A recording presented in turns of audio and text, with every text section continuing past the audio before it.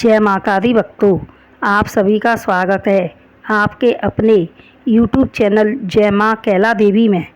आज हम सुनेंगे पुराणों में वर्णित कथाओं में से एक सच्ची कहानी। एक बार माता पार्वती अपनी सखी लक्ष्मी जी से मिलने उनके घर बैकुंठ लोक में गईं।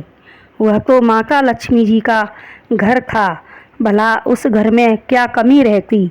बातचीत के दौरान माता लक्ष्मी जी ने माता पार्वती जी को अपना संपूर्ण महल दिखाया, जिसमें सोने के महल, सोने के खंभे, सोने के झरोखे, स्वर्ण के फर्श, बेशकीमती सामग्री, क्षीर सागर के बीचों बीच बैकुंठ लोक।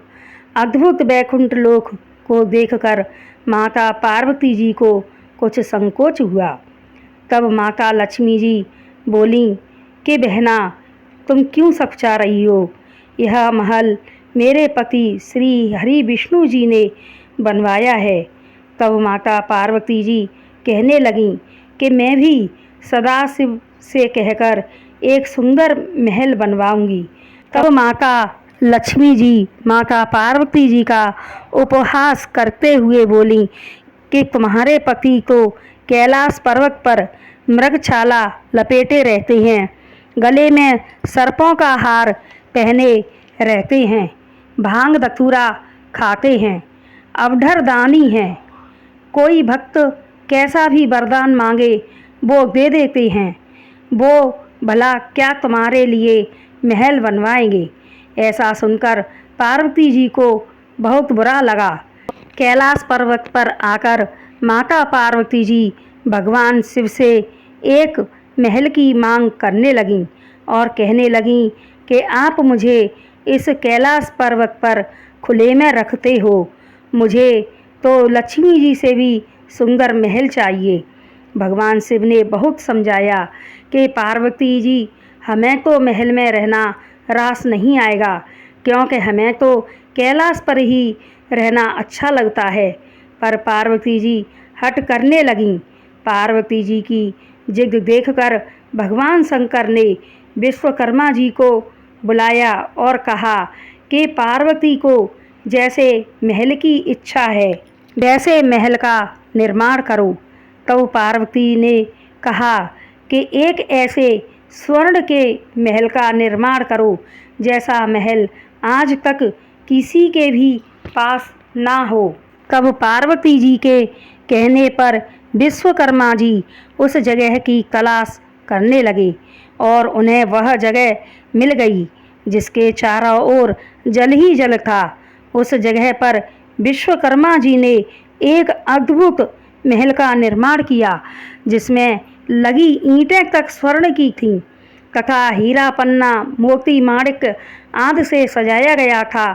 उस महल को अद्भुत नज़ारे थे, जो कोई भी उस महल को देखता मोहित हो जाता और तारीफ करता। महल का कार्य पूर्ण होने पर विश्वकर्मा जी ने भगवान सदाशिव से कहा कि हे प्रभु, जैसे महल की इच्छा माता जी ने की थी वैसा महल बन चुका है। और भगवान शिव से आज्ञा लेकर विश्वकर्मा जी अपने लोक को चले गई। तब माता पार्वती जी भगवान शिव से कहने लगीं कि हे प्रभु, मुझे महल का गृह प्रवेश कराना है और सभी देवी देवताओं को अपने घर में बुलाना है। महादेव जी ने कहा कि हे देवी, इतना बड़ा आयोजन करने की क्या आवश्यकता है? एक पंडित को बुलाकर छोटे से रूप में गृह प्रवेश कर लेते हैं। तब पार्वती जी कहने लगीं कि नहीं, मुझे तो सभी देवी देवताओं को बुलाना है। तब महादेव जी, जो सब कुछ जानने वाले हैं, समझ गए कि पार्वती को अभिमान हो गया है। तब महादेव जी बोले कि ठीक है, जैसी तुम्हारी इच्छा। और उन्होंने विश्वकर्मा जी, जो कि उस समय प्रकांड विद्वान और पंडित थे, गृह प्रवेश मुहूर्त के लिए बुला भेजा और विश्वकर्मा जी ने गृह प्रवेश का मुहूर्त निकाला। तब महादेव जी ने नारद मुनि को बुलाकर सभी देवी देवताओं को निमंत्रण भेज दिए। और विश्रवा जी को पूजन के लिए बुला भेजा। विश्रवा जी पूजन कराने लगे। तब महादेव जी ने विश्रवा जी के सिर पर हाथ रख दिया, जिससे विश्रवा जी का मन बदल गया। तब पूजन के बाद भगवान शिव ने कहा कि गुरुदेव, पूजन की दक्षिणा में आपको क्या चाहिए? तब विश्रवा जी बोले कि आज तो दक्षिणा हम पार्वती से लेंगे। पार्वती कहेंगी तो। पार्वती उस समय अत्यंत खुश थीं और तुरंत ही बोल पड़ी कि बताओ गुरुवर, आपको दक्षिणा में क्या चाहिए? तब विश्रवा जी बोले कि ऐसे नहीं, पहले संकल्प लेना पड़ेगा। पार्वती बोली कि हाँ, मैं संकल्प लेती हूँ। तब विश्रवा जी मांगने लगे कि देवी, मुझे तो दक्षिणा में यह महल ही चाहिए। पार्वती सुनकर सोचने लगी कि मैंने महादेव जी से कितनी मिन्नतें करके, कितनी हट करके इस महल का निर्माण कराया था। भला ऐसे भी कोई किसी से उसकी प्रिय वस्तु मांगता है? और पार्वती जी को क्रोध आ गया और आंखों में आंसू भरकर बोली कि दे तो दूंगी, पर तुझे मेरा श्राप है कि इस महल में एक दिन महादेव के अंशावतार के द्वारा आग लगेगी और तुम्हारे घर में कोई दिया जलाने वाला भी नहीं बचेगा। तब महादेव जी बोले कि महल तो दे दिया, अब देवी श्राप क्यों दे रही हो? वह महल विश्रवा जी ने जाकर अपने पुत्र रावण को दे दिया।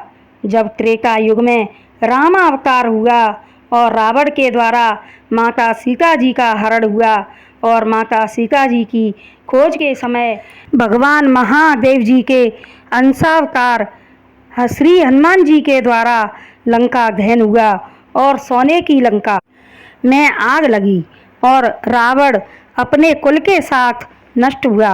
इस तरह पार्वती जी का श्राप सच हुआ। तो भक्तों, यह कहानी आप सभी को कैसी लगी?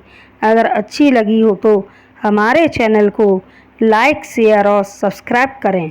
जय माता दी।